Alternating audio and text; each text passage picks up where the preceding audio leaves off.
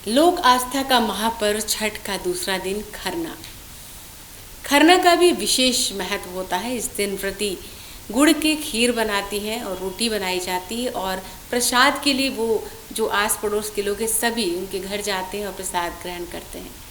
और ज़्यादा विस्तार में जानने के लिए हमारे साथ मोहन त्रिवेदी जी हैं। इनसे ही सीधे जानेंगे खरना के बारे में। मोहन जी, सबसे पहले छठ चल रहा है और खरना का क्या महत्व है इस पूरे छठ व्रत में जो दूसरे दिन होता है खरना, इसके शुरुआत से बताइए हमें। बात करते हैं जो खरना है वह पंचमी तिथि को मनाया जाता है, यानी दोनों अर्घों के पहले। जहाँ तक हमारे दर्शकों को हम पहले ही बता चुके हैं कि जो छठ है वह भगवान सूर्य की उपासना है, सूर्य का पूजन है। तो खरना में क्या करना है? खरना यानी खीर, तो खीर का भोग लगता है। और खरना जो पंचमी तिथि है, जो मतलब जो छठ का जो दूसरा दिन का जो पर्व है वह खरना है।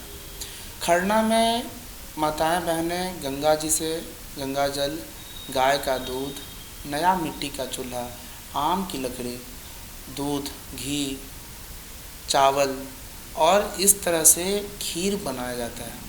और खीर को सबसे पहले 2 मिट्टी के कपटी में रखा जाता है, क्योंकि मिट्टी मतलब जो भी नया चीज़ है, जो कि एकदम नया होना चाहिए, वही चीज़ हम लोग इस पर्व में उपयोग करते हैं, जो कि पहले से हम लोग कभी कुछ किए नहीं हैं।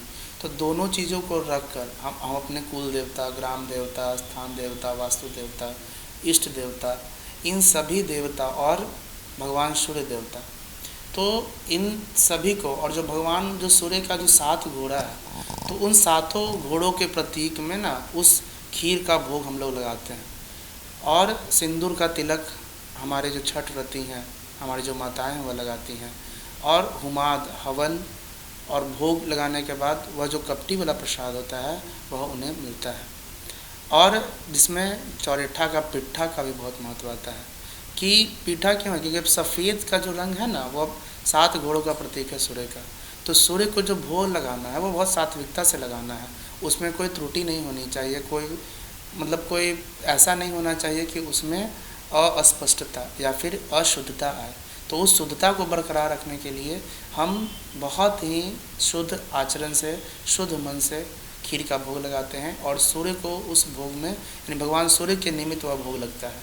और उसके बाद छठी जो व्रती होती हैं उसका आहार लेती हैं। और उसके बाद क्या होता है कि 36 घंटे का निराहार वाला जो व्रत है, यानी भगवान सूर्य का जो अर्घ देने वाला व्रत है, वह मनाया जाता है।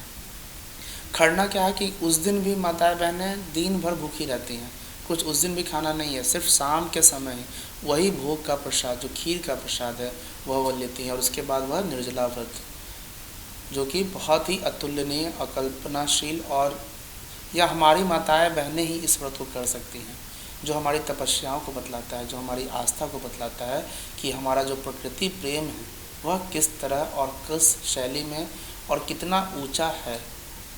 ये सारी चीज़ें से बताई जाती है। खीर की जो हम बात करते हैं, जैसे खरना आपने कहा कि खीर का ही वो पर्याय है खरना, गुड़ का खीर वो बनाया जाता है। और एक और चीज़ मैं बताऊंगी आपकी कि अब तो खैर आम की लकड़ी पे ही ये सारी चीज़ें पकती, तो क्या स्वाद से भी ये चीज़ जुड़ा है? ये तो पवित्रता से जुड़ा है, ये तो हम सभी जानते हैं। तो कुछ इसके पीछे भी कोई पौराणिक मान्यता है? और खीर ही क्यों चढ़ाते हैं? देखिए, हमारे त्योहारों में जो आम है ना वो उसका महत्व बहुत अतुलनीय है। और यही वजह है ना कि दिवाली के दिन लोग बंदर बाड़ लगाते हैं आम का पौधा का, ताकि माता लक्ष्मी की कृपा बनी हुई रहे। आम एक ऐसा पेड़ है ना, आम की क्या महत्वता, आज उस पर चर्चा करें कि आम जो है एकमात्र एक ऐसा पेड़ है जो कि जब वह उसकी जो डालियाँ होती हैं, जब उसके जो पत्ते होते हैं, जब वो खोते हैं ना, तो पहले एक पत्ता ऊपर से उग जाता है, तब वो नीचे से खोता है। तो जो गीता में कहा गया है कि परिवर्तन ही संसार का नियम है, और कोई भी चीज़ ना परमानेंट नहीं है, तो वो चीज़ जो है वो हमें आम से मिलता है। और आम की ही ऐसे लकड़ी है ना जो जिसको हम जलाते हैं, यानी मतलब ऐसा चीज़ जो कि प्रकृति से आए और प्रकृति के साथ ही वह ख़त्म भी हो गया। तो वह शैली आम हमें बतलाता है, चाहे वो पत्तों का विकास हो उसका। क्योंकि आप देखिए, आप इस बात को गौर कर सकते हैं कि जब आप पहले आम का एक पत्ते ऊपर उठ जाएगा, उसके बाद ही नीचे पत्ते उनके झड़ती हैं, आम के पत्तों का यह विशेष महत्व है। और यही वजह है कि कलश में भी हम लोग आम का पत्ता रखते हैं, बंदरबार में भी हम लोग आम का पत्ता का प्रयोग करते हैं। और आम की लकड़ी, तो माता लक्ष्मी की अगर विशेष लाभ की प्राप्ति करनी है तो आम की लकड़ी से श्री सूक्त से हवन दिया जाता है कोजगरा के दिन, यानी आश्विन पूर्णिमा के दिन। तो आम का लकड़ी से ना ऐसा माना गया कि आम का लकड़ी जलाने से लक्ष्मी की प्राप्ति होती है। यही वजह है कि आम की लकड़ी पे ही वह खीर बनता है, चूल्हे पे बनता है। और यह जो पूरी जो क्रिया है ना वो पूरा प्रकृति से जुड़ा हुआ है, क्योंकि मिट्टी का जो है तो कुम्हार के यहाँ से मिट्टी लाना है, चूल्हा लाना है, ग्वाले के यहाँ से दूध लाना है। तो यही एक ऐसा पूजा जिसमें पुरोहित जी का कोई मतलब योगदान नहीं है, सिर्फ आपको प्रकृति के साथ जुड़ना है और उनसे सारी चीज़ें आपको प्राप्त होंगी और उसी से आपको इस बात को करना होगा। तो जिस तरीके से चार जी ने बताया कि खरना का क्या महत्व है, खीर और जो रोटी होती है, जो पूड़ी होती है, उस प्रसाद का क्या महत्व है। इसे कहा जाता है कि ये अमृत तुल्य होता है, यानी अमृत के समान होता है। इस प्रसाद को खाने से सभी मनोकामनाएं ज़रूर पूर्ण होती हैं। आपका भी ये छठ पर शुभ हो, हमारी यही कामना है। दिव्या, आंखें न्यूज़ 24। छूटी छठी मैया हमनी से बरत तोहार, तहरे भरोसा हमनी के, छूटी नाही छठ के त्योहार।